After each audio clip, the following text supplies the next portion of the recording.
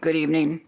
I'm now calling the Housing and Community Development Commission meeting of September 15th, 2025 to order. First, Here's good. there's the chair. That's all it took. Sorry, gang. Just made it. Let's check the time. So the second item is to consider the meeting minutes of August 18th, 2025. Do I have a motion to approve? So moved. Second. Second. Discussion?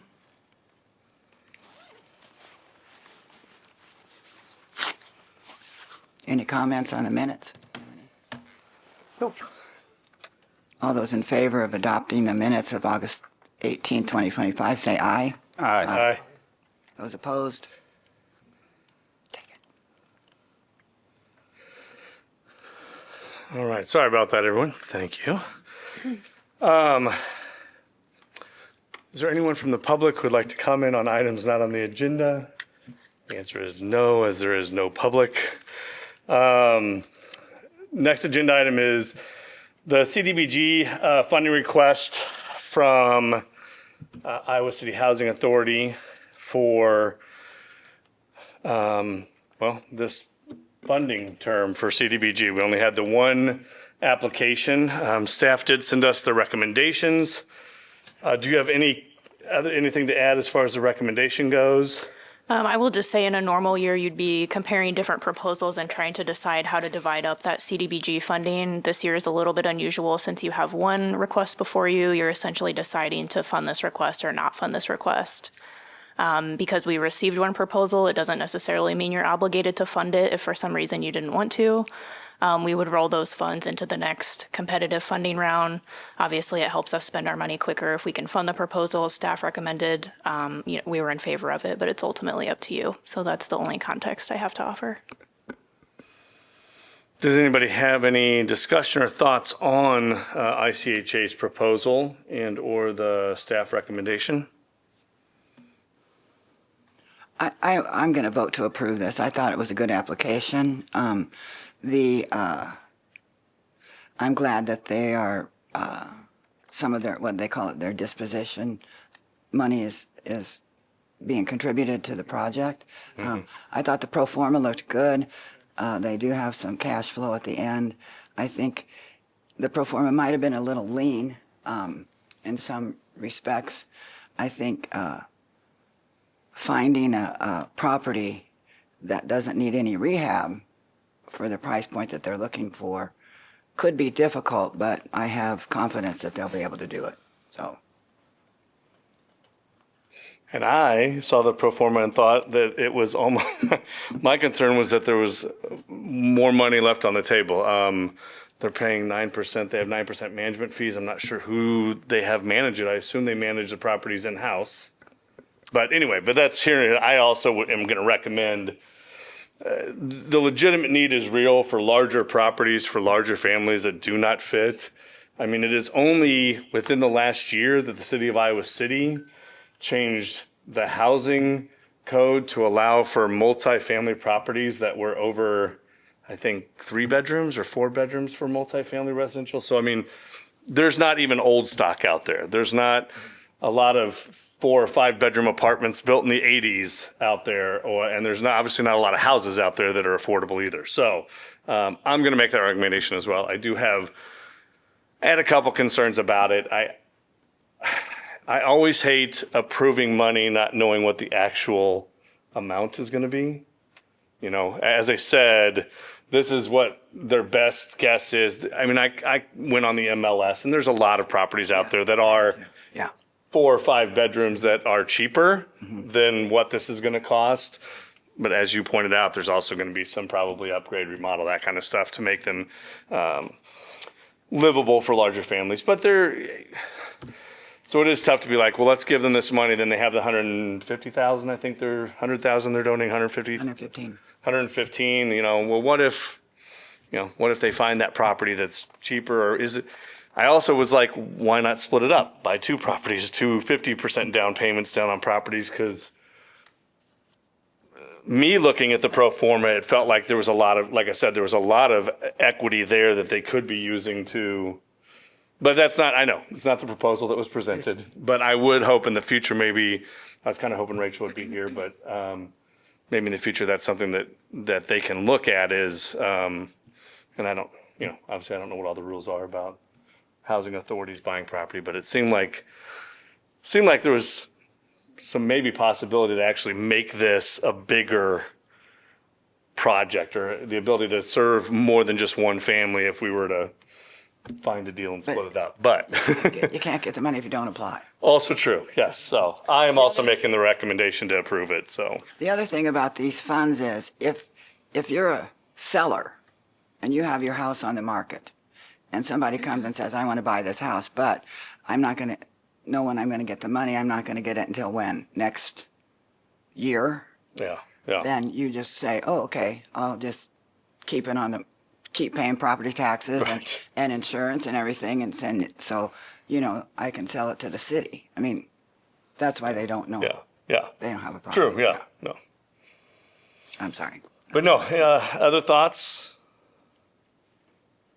I think I would support it. Just the fact that it's going to increase the supply of affordable housing, that's a big area. That worries me. And even if it is by one unit, given what we have here, we don't have any other alternative, but I would support it. And also, the fact that the rent is going to be about 80% of the regular market fact, that is very important to me. So, Less than that. I mean, they're looking at $1,300 a month for a 4 or 5 bedroom is about 40% yes. of market rent. I mean, this is going to very much serve a family of 8 or 9 who are 40% AMI at probably 59,000 that Yeah. only get $1,300 a month from ICHA for the vouchers. So this is. I mean, it's not even 80% of market rent. It's closer to 30 or 40% from what you would. I mean, I bet if you looked on Zillow right now for a couple 5-bedroom houses in the area, they'd probably be $3,400. So that was something I was wondering about. So this rent puts it right near the voucher. Right at a zero income voucher amount for a family of probably 6 or 7. Yeah. So, well, if there's no real argument or discussion, I would just obviously entertain a motion to approve the recommendation to the city council that they approve the Iowa City Housing Authority's request for the CDBG funds. Someone wants to make that motion? So moved. Do I have a second? Seconded. All in favor? Aye. Any opposed? Okay. The CAPER overview and update.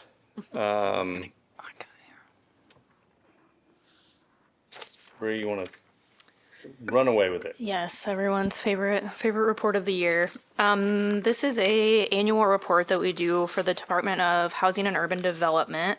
So the report itself, it's a very structured format for HUD. It's very prescribed.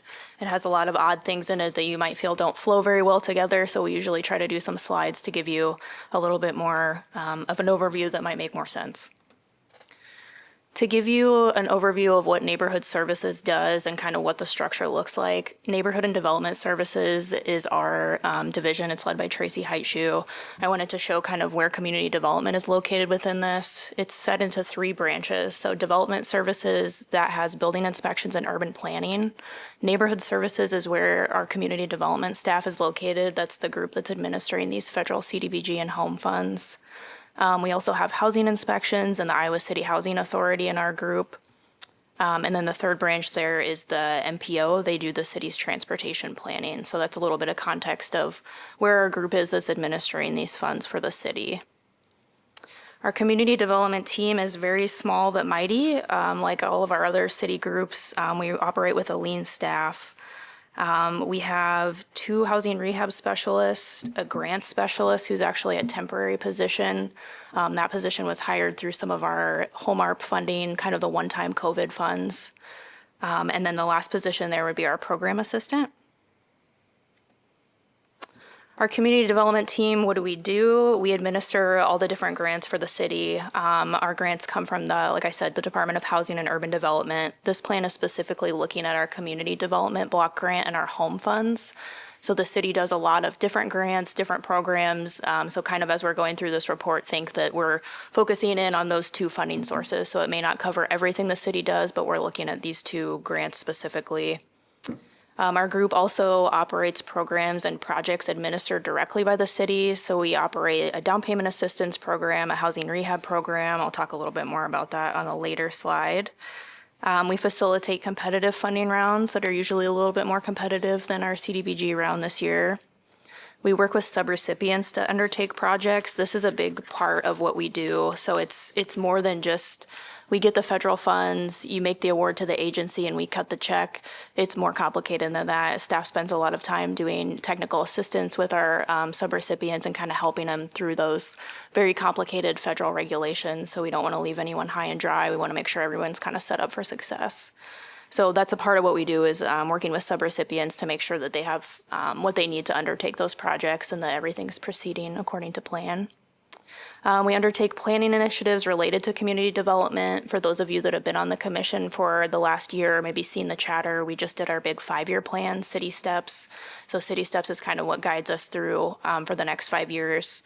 Our annual action plan, we'll bring that to you every year with our specific projects. You just saw that. And then this CAPER is kind of the last annual plan that we do that is our accountability to HUD that says if we achieved our goals for the year. Monitoring and compliance, we've talked a little bit about this. Anyone that receives federal funds, to give housing as an example, as staff, we are reviewing those projects, making sure that the tenants that are assisted in rental housing are at the correct income thresholds, just looking at all different parts of compliance depending on what the project is. And then we also participate in different boards, commissions, different community groups. So Erica, the neighborhood services coordinator, she serves on the board of the Housing Trust Fund of Johnson County. The city contributes affordable housing funds to that group every year. We also attend the local homeless coordinating board and the Johnson County Affordable Housing Coalition meeting. So try to stay in step with everything that's going on in the community. City administered programs, I talked a little bit about this already. We have a down payment assistance program that began in 2022. Eligible households can receive just about $25,000 for the purchase of an affordable home. The funds are provided as a loan with no monthly payments or interest, and if the homeowner stays in the home through the compliance period, the loan is actually forgiven at the end of the 10-year. It's typically a 10-year compliance period. If they were to move from the home, rent the home, do anything that's out of compliance during that 10-year period, the city would be able to recoup that money, and that's what we call program income. We get some loan repayments each year, and we essentially treat those as CDBG and home funds, so it's extra federal funding that we can reallocate to different projects. The program is made possible through partnerships with Green State Credit Union and Hills Bank. Both lenders provide flexibility in credit, assets, and job tenure in consideration of a mortgage approval. So that helps us get the best terms for our eligible buyers. To date, we've spent about $580,000 on affordable homeownership for about 25 households. So that program has been very successful in the short period that we've been operating it. When we did our City Steps planning, we heard a lot from the community about interest in down payment assistance. So it seems like there's definitely a need that still exists there. So we'll plan on operating that again in FY26. Aid to agencies, you all have experience with this. There's a portion of this that is federal. About 11% of the FY26 budget came from our federal CDBG funds. HUD caps the amount of our annual grant that you can use on public services, so we try to max that out to help with the aid to agencies budget. Homeowner rehab, this is a long-standing program that provides assistance to eligible homeowners to make improvements at their homes. Again, the funds are provided as a loan, similar to the terms that I described for down payment assistance. To give you an example, if someone needs to replace their leaking roof, our housing rehab staff will help them develop a scope of work and help them get bids to complete the work. Our housing rehab staff, they also inspect the work once it's completed to make sure everything looks good. What I usually say about housing rehab, when we think about affordable housing, we think about new units, but it's also very important to preserve our existing housing stock so we don't make the problem worse. So these programs operating every year is a great way to kind of retain our affordable housing stock in Iowa City. Tenant-based rental assistance, this is a new program that we just started within the last year. The Iowa City Housing Authority has a waiting list for housing choice vouchers that is quite long. So this tenant-based rental assistance program uses home funds to help pull people off that waiting list sooner. It's kind of a transitional piece between being on the waiting list and receiving your voucher. People can receive this TBRA assistance for up to 2 years. So it's kind of a middle ground to help us pull people from the wait list quicker. Let's see. So it's security deposit and rent assistance, and it's for elderly and disabled households in Iowa City below 30% of area median income. And this is a very new program. I think we started towards the end of last calendar year, and we've assisted 8 households so far. Who benefits from federal funds? When we talk about program income limits, you'll often hear us say AMI. That just means area median income. The AMI is established by HUD for the Iowa City area based on the household size. The income limits vary for different things based on the funding source in the program. CDBG only requires that 51% of beneficiaries are below 80% of area median income. One thing we do really well here is make sure the assistance gets to the people who need it the most. So 51% is the rule, and Iowa City is achieving about 95 to 99% of CDBG beneficiaries are below 80% of area median income. So we see that definitely as a success, and that those funds are making it to the people who need it the most. In the CAPER, about 72% of the beneficiaries last year were actually below 30% of area median income. So that was pretty successful. For home, all beneficiaries need to be below 80% of area median income. Again, the rules are different based on the activity that we're undertaking. For rentals, generally people need to be below 60% for affordable rentals. And then as I mentioned, the home assistance, you can be up to 80% of area median income. HUD sets these limits annually, and they also set the maximum rent limits for Iowa City.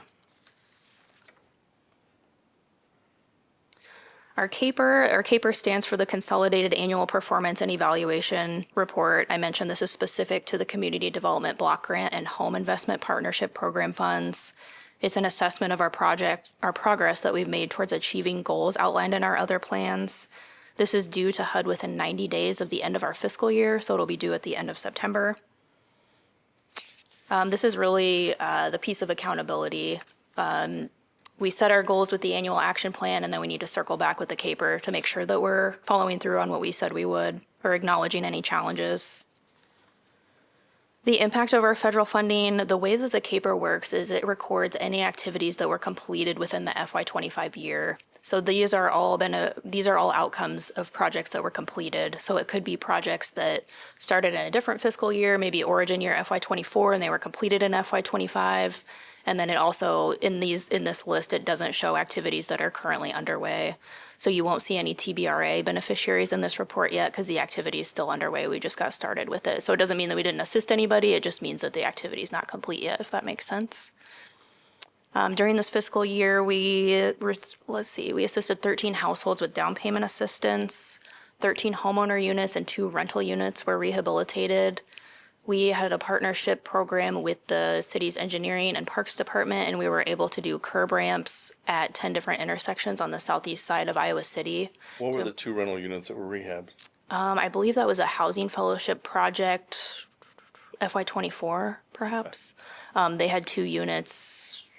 I'm not sure the address off the top of my head, but they needed some assistance at some existing units that they already owned. Was that CDBG or home, or was That would have been home.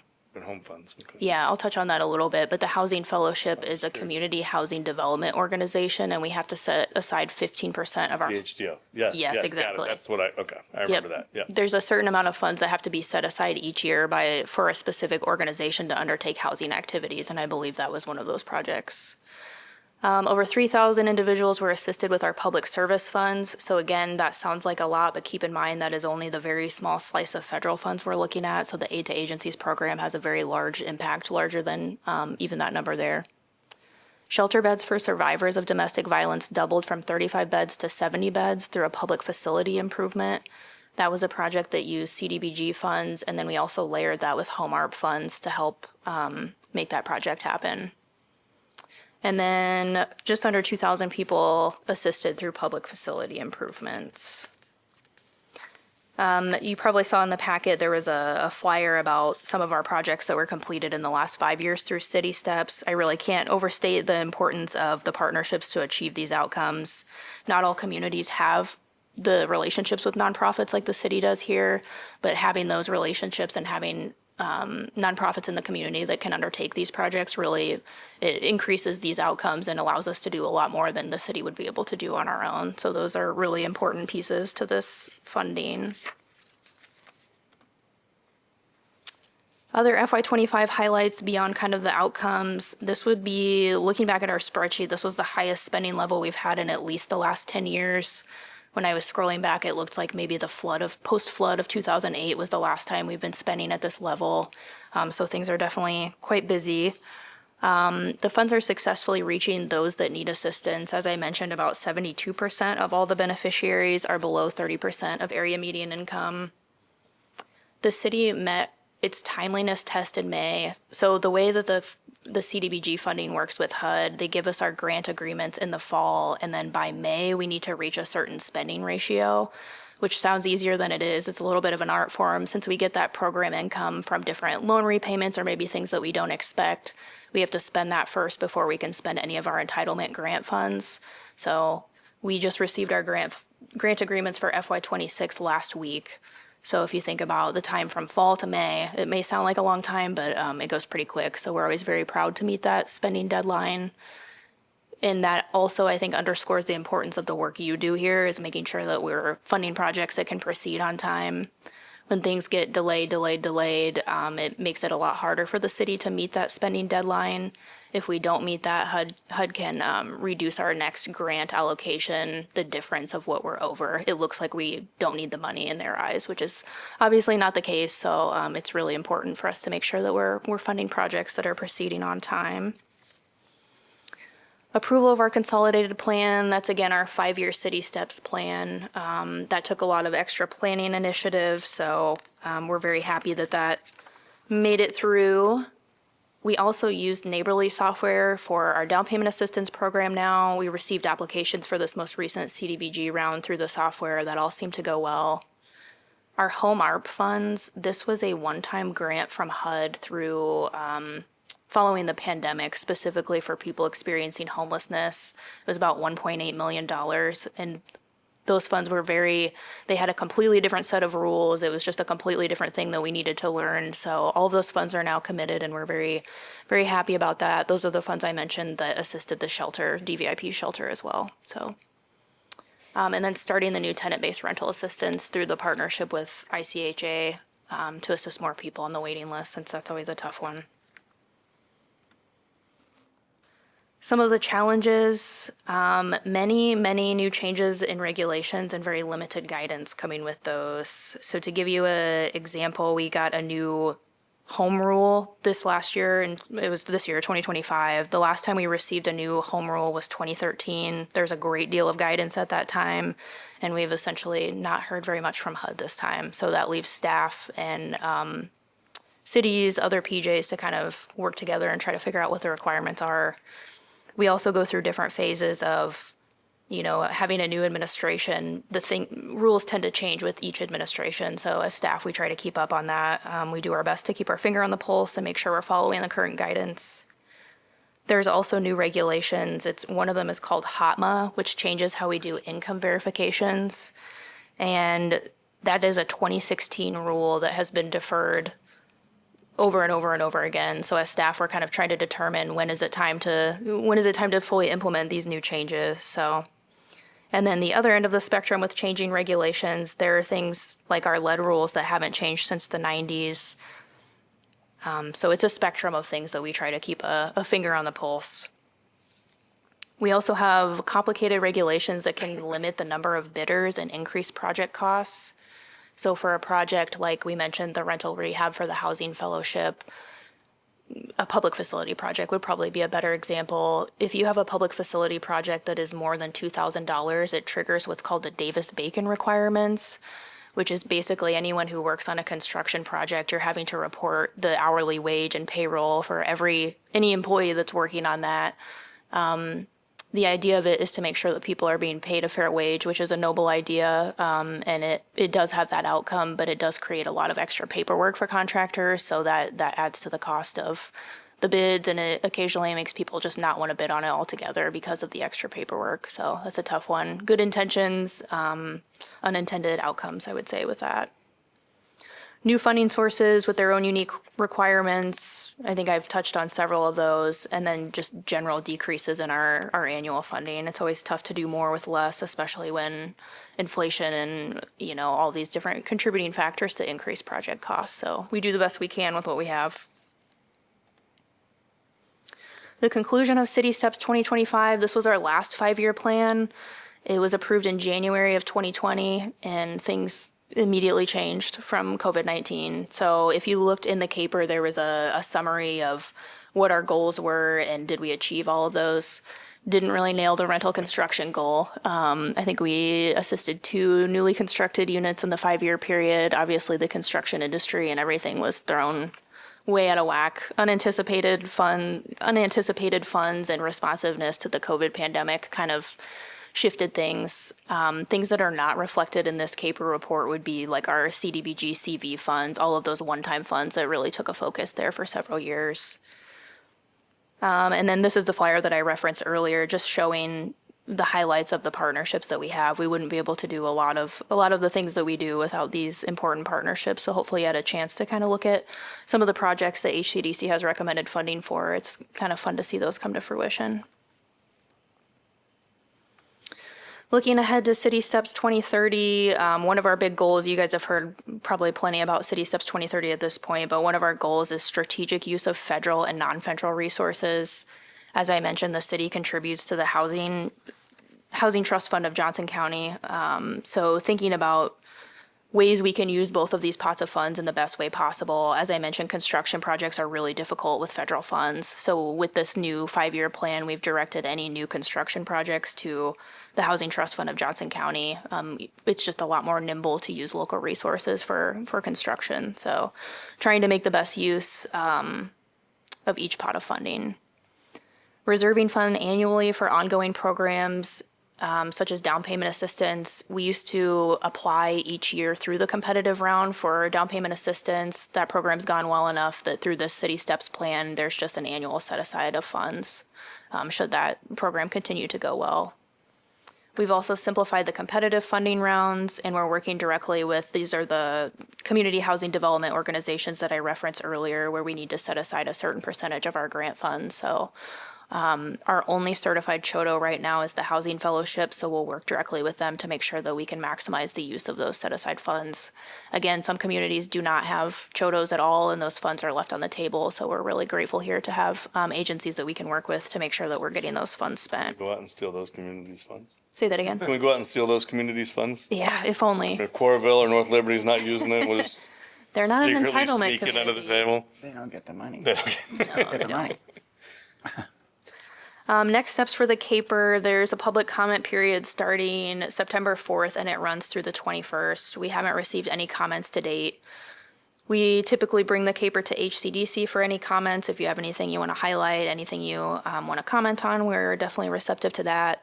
It's not required for you to approve the CAPER, but we like to ask for your approval anyway. I think it's an important part of accountability and just having our report out there for the public. Following the public comment period, the CAPER is submitted to HUD for approval. This one does not go to City Council for approval, so it just goes directly to HUD by the deadline. Yeah, my only question was going to be if you had received any comments, but it looks like you have not received any. Not yet. Usually we look to you guys for any comments. I mean, as usual, it's a very, very thick piece of paper with a lot of just numbers. And as you mentioned, the only things that I saw were what you commented on, which is obviously there are things we didn't hit as far as, but that comes down to the issues we've had this year with less money and more people needing it and all that stuff that goes with it. So anybody from commission that wants to make a comment on the CAPER document that we need to send to HUD? If not, I would just take a motion to recommend approval. I think I have some areas Okay. here.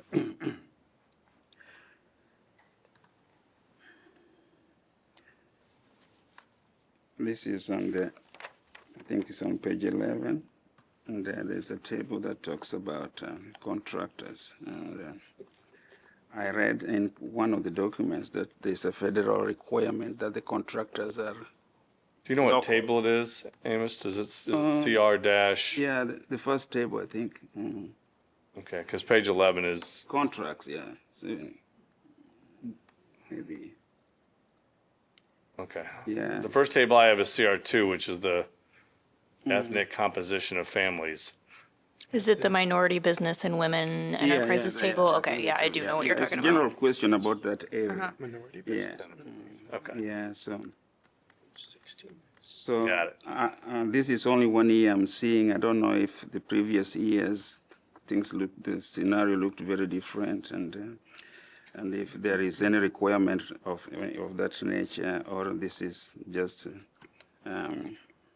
diversity neutral issue.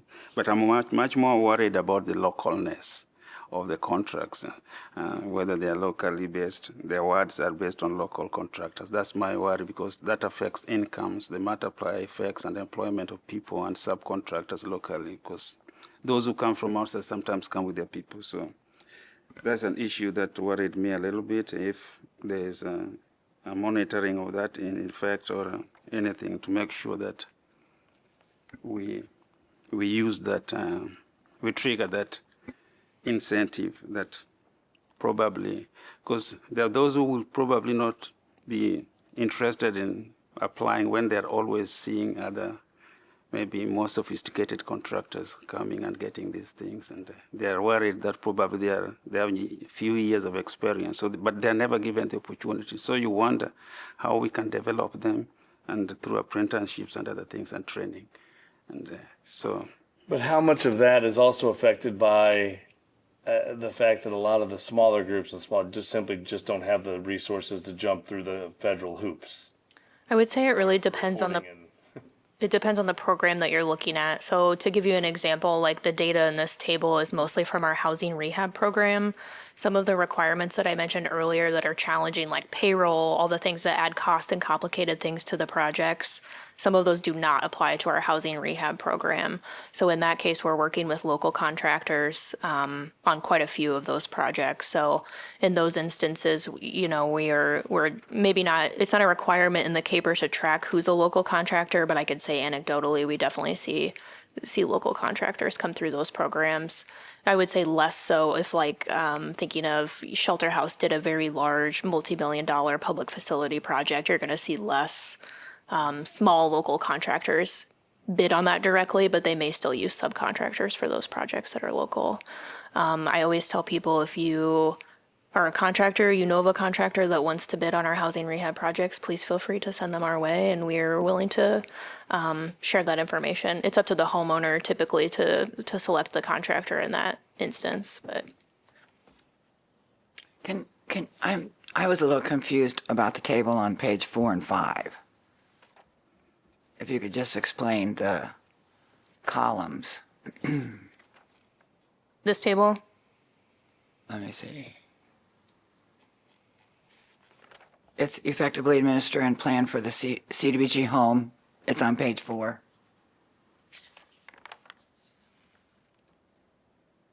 four of the PDF or actual page 4? It's Actual page 4. Okay. Or 3, maybe. it starts on 3. This one? The footer. Yeah, we're not seeing that. Oh, shoot, sorry. No wonder you don't know what I'm talking about here. That one. So the goal was for the 5 years, correct? So this table comes directly out of our federal planning software. So let me caveat that with this. So yes, the goal, these are all the goals from our annual action plan. It's tracking two things really. It's tracking the program year, which is FY25. And then where it says strategic plan, it's tracking the 5-year period. So it's a very confusing table. It won't even let me highlight it. The strategic plan, these two columns would be for the full 5 years. But yes, over here, this is looking annually. Okay. So confusing is, Yeah. I'm not the only one that's confused. No, this Okay, table is good. a nightmare, and I wish we Okay. could change it. We try to add the tables in the appendix to supplement this because it is so confusing. But there's one guy at HUD that only understands this table. Right, right. He's like, nope, everybody has to include that table. And I think you've already answered this, but I could use a repeat of it. On the goal to increase number of affordable rental units, the rental units constructed particularly. So we wanted to get 20 done, got 2 done. Was that, remind me again what stood in the way of getting that? So originally, we set a goal to construct 20 rental units in January of 2020. Probably was a noble idea at the time, and then immediately in March of 2020, the pandemic came through. And I would say as a whole, just with the costs and like I've said, the complexity of things, I think over that 5-year period, we realized that maybe it's the local funds that are better for that task in general. And the other thing I'll comment on, just since you pointed it out, where it says other here, this is actually rental acquisition. So we wanted to acquire 90 affordable units. We were able to acquire 16 affordable units. They do not have a indicator that says rental acquisition, so it just says other. So that adds to the confusion of this table as well.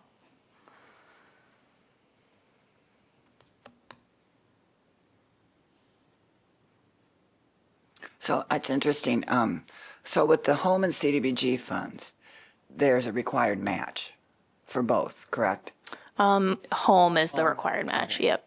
And it seems to me that, so the city can bank those available match funds over years. Yes. And so right now, the city has a whole bunch of match funds banked. But isn't it true that most of those monies come from housing Yes. because of property tax exemption? Yes, largely? exactly. So, so the housing does contribute to other services or other, In a roundabout way, you mean? yeah. Yeah, most of our, I guess I can scroll to that now that you can actually see the screen. But some home projects don't have available match. Correct. The amount of match is determined by HUD annually based on what we've spent on what activities. So this first sheet is showing you for, again, confusing. It says 2024. Federal 2024 is our FY25. So the city needed to come up with $350,000 of match based on what we spent.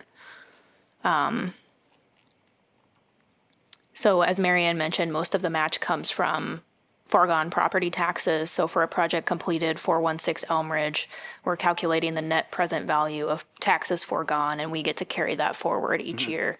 So yes, it comes right from housing, and it helps us meet that match. So Right, I see okay. what you're saying.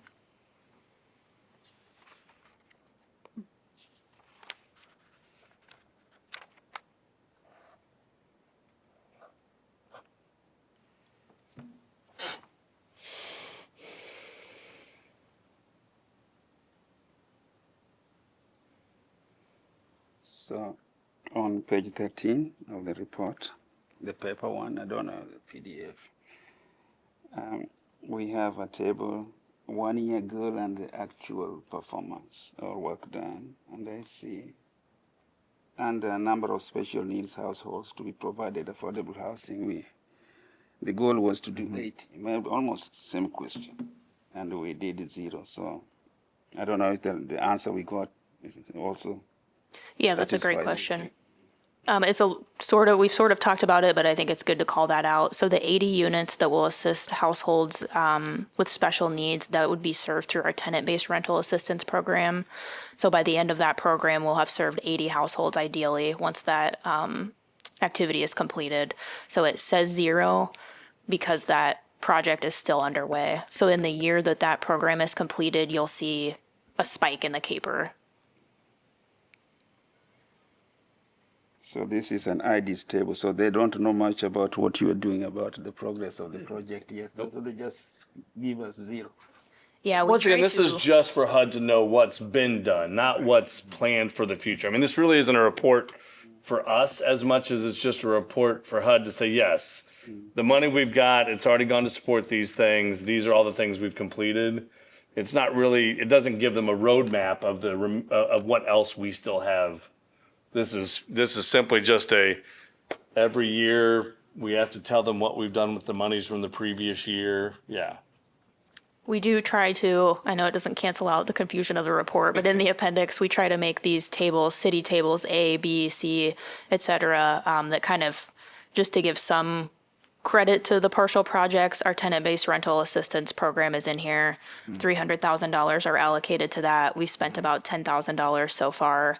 We plan to serve 80 households, so we try to give ourselves some credit for what's underway, even if it's not reflected in some of those tables yet. That makes sense. So in other words, they care much about the investments, where the actual work done, where the money is spent, than the information on how it is done. I think they care about both. I think it's more of a reporting thing to make sure we have clean reporting. We don't want to accidentally duplicate something. We want to make sure that it's all reflected correctly and that we're not overinflating anything. So we, as a city, just report in the year the project was completed. And the reason why I'm asking that is we at the city, Iowa City, does a lot of work in homelessness projects. As we can see from the narratives here and the projects, the city has spent a lot of things, a lot in different areas of homelessness. And but I know one of the commissioners has said that they are not interested very much in how we have done it. I would think at some stage somebody is cracking his head saying, I'm not seeing data on persons reached, people touched, and other things there. At some stage, if I'm a federal worker in this place, I would probably question that, and then question how blank some things are. Maybe is it happening all the time or at one particular time? Yeah. So, and this is not the commission or the department's issue. This is the extent to which the people the department serves are willing to provide you with information, particularly on homelessness. Yeah, they do a lot of work. We had a presentation here last time on some of the people they touch, but in the report, if I'm looking at it and I was not in that commission, that meeting that day, I would wonder, how many people do you touch when it comes to housing, homelessness, and helping? Yeah, I think I will read from the narrative, which is very, very interesting, a very good story, how you touch people. But for federal purposes, for when it comes to money, money has to be matched with another data on something, always. Yeah. So I don't know if we can urge them to do a better job for you, yeah, to help you better. I think Shelter House, homelessness services specifically, they get a wide variety of different federal grants that may be outside of community development block grant and home funds. So this report is specifically looking at only those two funding sources, but they have a significant obligation to report on their federal grants through other mediums. So because it's not in this report, it just means that it wasn't funded with those two funding sources. And I don't mean to discount any of the work they're doing. They have their own separate reporting obligations, I guess. And just so everyone is clear, not just this is not a holistic view of everything the city's done. It is only CDBG and home funds, what programs they went to, and how those programs where those programs are at right now as far as money spent and people and goals achieved. So, Amos, don't look at this and think, oh my God, it's not showing everything we've done. It absolutely won't. This is only for those two sourcing funds. So, To give an example of where it might show up would be, we've had Shelter House in the past apply for public facility improvements at their shelter.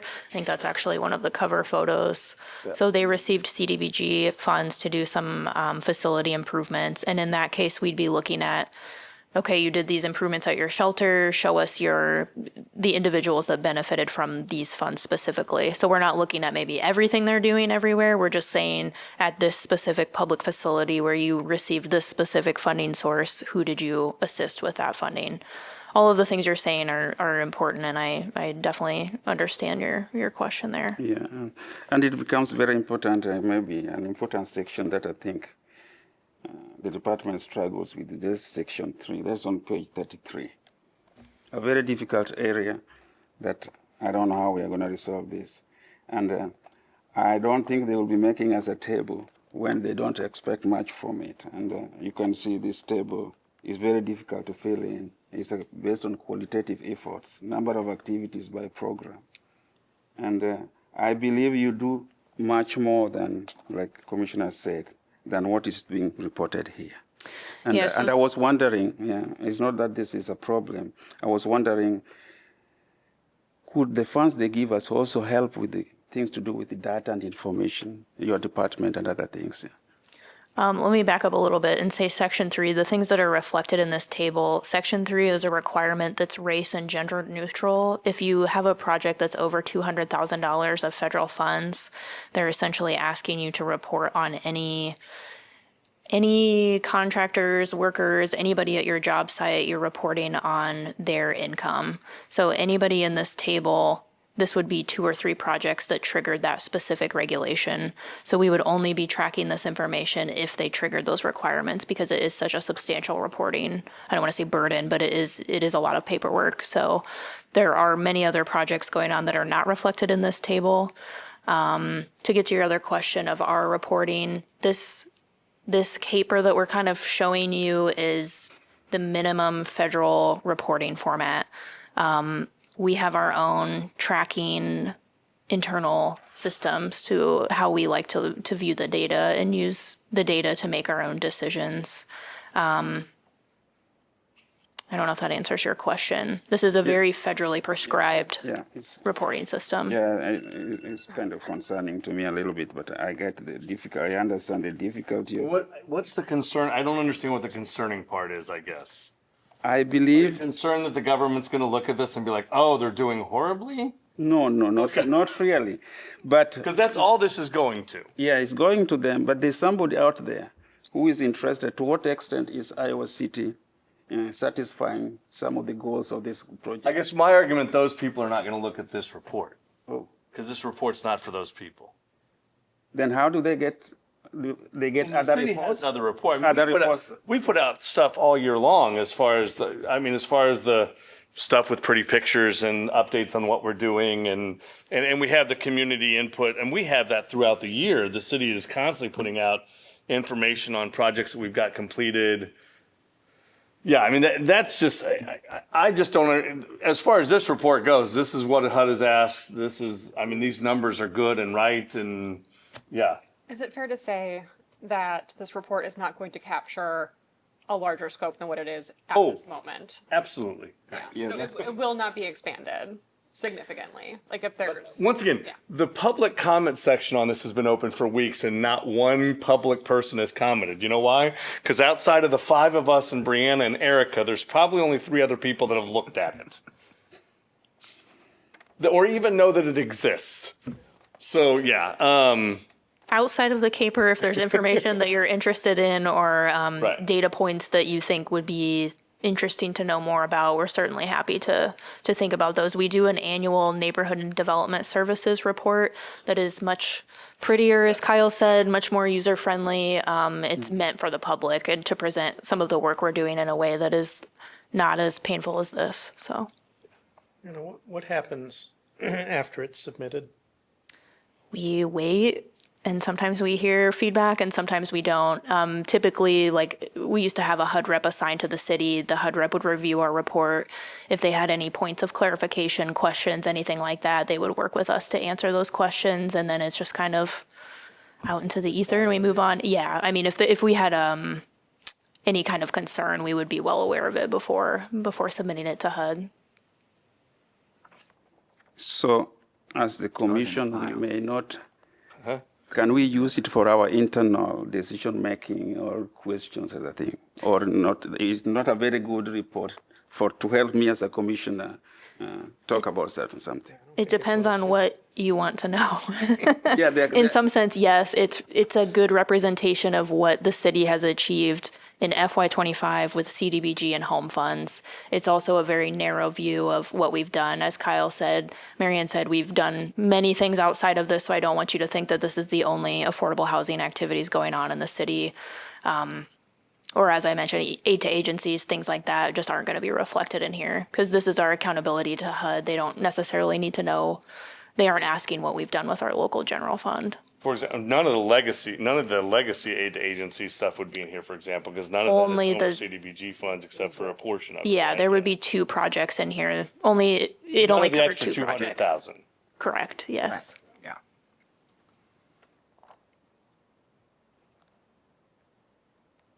Well, I'm gonna refrain from using the report to think about some areas that we can work on to improve from some issues that I've heard from the community. Yeah. That I wanted to use the report, especially on housing inspections. That's an area that those who live in mobile housing areas have had issues with inspection. And I was wondering that can we find a way in which we can use some of these grants to increase the level of effort in inspection so that the houses are in good conditions and other things. Yeah.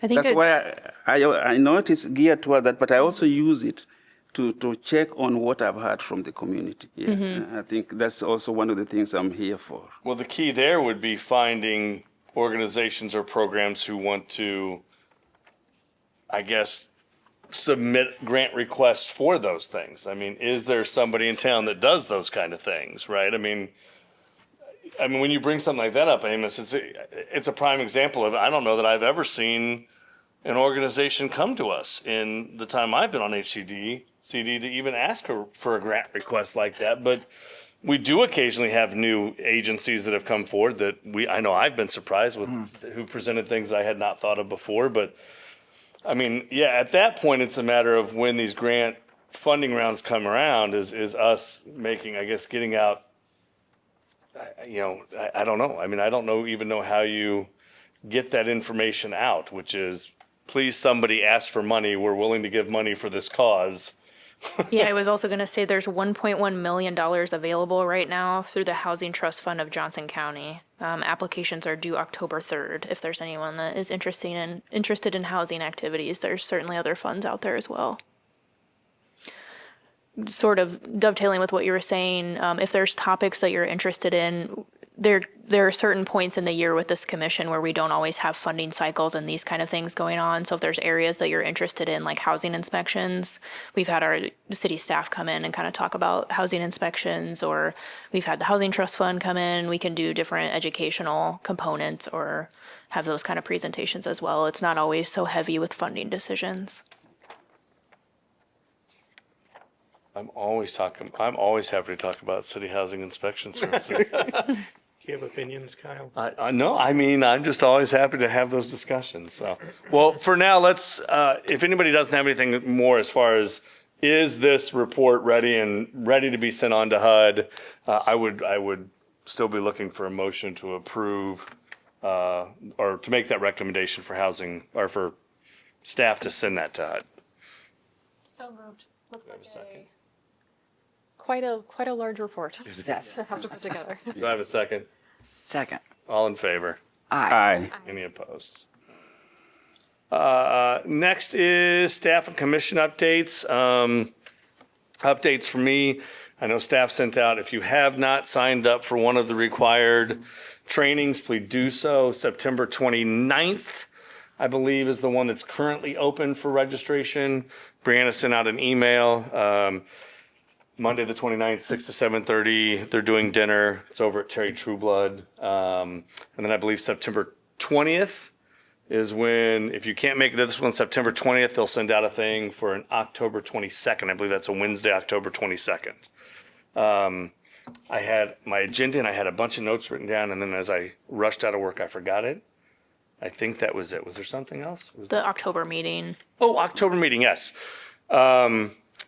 Since we switched to 5:30, it looks like there's only one that we know of problem, which is somebody else has already booked this space for that time period. Yeah, the joint entities meeting will be, they don't always, Oh, right. they're not always in this space, but it conflicts with our next commission meeting. They can just meet somewhere else. They rotate. And make that recommendation. So the question was, would either the week before, which is October 13th, or the week after October 27th work for the group? I would rather do the 13th. Just What because was the also 27th mentioned- is It was Chiefs also, Monday Night Football.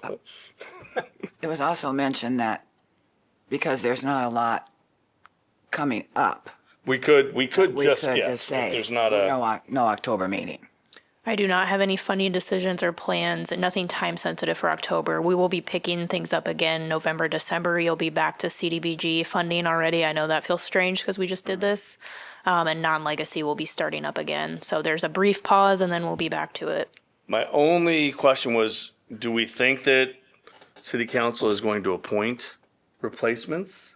They are supposed to appoint one person tomorrow to fill George's seat. And then my other update was that Carol Croats resigned. So that position is open as well. And That will was be my only appointed. thought on October, is if we should meet just to do the introductions and have a meeting with new people. But if we think maybe if we're going to get two, maybe we wait till November and have both of them come together to their first meeting. It's really up to the group. Either way works for us. I'm all for not having October. Everybody else okay with that? Either way is okay fine with with me. All right. The tribe has spoken. All right. Any other commissioner updates? Anything else from you, Brian? It's Brianna. I don't think so. Just also loving the end of the. Yes, anything, yes. Just wanted to, some of the commission members, me particular, was not able to attend the presentation that Commissioner yeah, Tom did, yeah. and It was that really great. Very, very helpful. Yeah, thank you. I wanted yeah. to thank all of us for what we have done, and especially the feedback we got from the city council. Yeah, that's very encouraging, and makes us feel like we try to do something. Yeah, thank you very much for being able to go. That was wonderful. It was my pleasure. Nothing like a good city council. Like it. Okay, I'm going to confess. My wife and I were having dinner one night. We had an hour before a movie.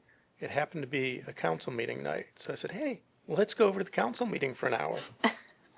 That's the kind of, yeah. Perfect. And she's still with me. All right, well, if there's nothing else, I would sure take a motion to adjourn. So moved. Second. All in favor? Aye. Any opposed? Woo-hoo. Motion passes.